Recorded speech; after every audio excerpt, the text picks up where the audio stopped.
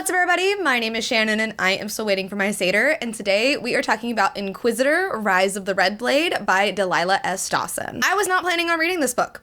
I don't know why it came out and I was like, I don't know. I have a weird thing about Delilah S Dawson. A lot of the times I really like her writing, but she makes some weird choices where I'm like, I liked the book, but I feel a little bit weird.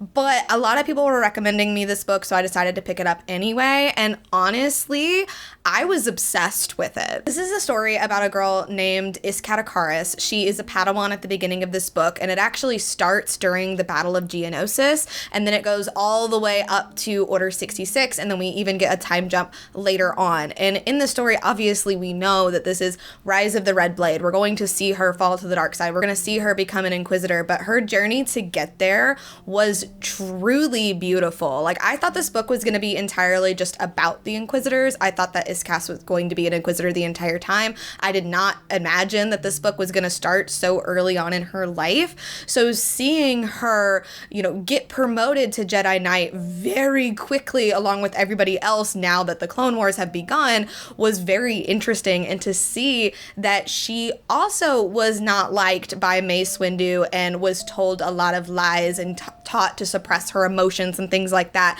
It was like, okay, no wonder she goes down this dark path. But what I really liked about it is that it's really presented as like Iskat is just like living her life. She's just being herself. She comes from a planet and from a species that like nobody has ever heard from before. Like she doesn't even know the name of her species or what planet she came from, and nobody's willing to answer her questions. So she feels very out of place within the Jedi, and she doesn't feel like anybody has really ever nurtured her or took her under her wing. And so once she kind of starts to come into her power, once she starts to realize these lies that have been told to her, it makes so much sense why she goes down the path that she goes on. I do want to say reading this book after being so immersed in the High Republic is really interesting because those books take place like 150 years in the past, and during that time, if you didn't feel like walking the path of the Jedi was right for you, you could leave it, or you could leave and walk it in some other way. Like they had way seekers where you weren't specifically in the order, but you were still a Jedi and still finding your own way. And that is so untrue during this time of the Jedi, like during the time where we see it in the movies. So I'm really interested to see when that switch happens, when the Jedi start to become way more rigid, because that's when we start to see these individuals start to fall through the cracks. Because it's not just Iskat, it's not just Anakin. There are so many other Jedi that we encounter again after the events of Order 66, and they've been forced down this path as well. And it's not just because, they were taken by Darth Vader, they were corrupted, they were turned. Some of it is because they truly did believe that the Jedi were in the wrong and that this is the better path for them. Ultimately, I really did enjoy this book. I would give it a 5 out of 5, but it was the last 25 minutes specifically of this book that made me just go, wow, Star Wars really never will learn.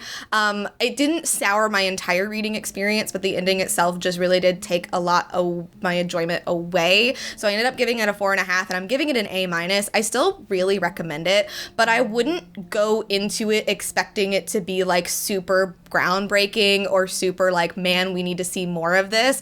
It's really good for what it is, but ultimately I still think that it falls for a lot of the same things that we've seen Star Wars do in the past that I really wish as a company they would grow out of. So I do still recommend it. I hope we can get more stories like this. I would like to see more stories from the Inquisitors, or more stories like within like this subset of Jedi that just feel so othered by the teachings of their whole religion and their whole council. But I really do hope that we get to see it grow beyond the limitations that are still being put on these type of stories. So like I said, I am giving it an A-, and I'm excited to see what's gonna come next. But anyway, thank you guys so much for watching this video. If you liked it, be sure to hit the like button down below, and don't forget to subscribe to Talk Books with me every week. That's everything I got for today, and I will see you guys next time. Bye.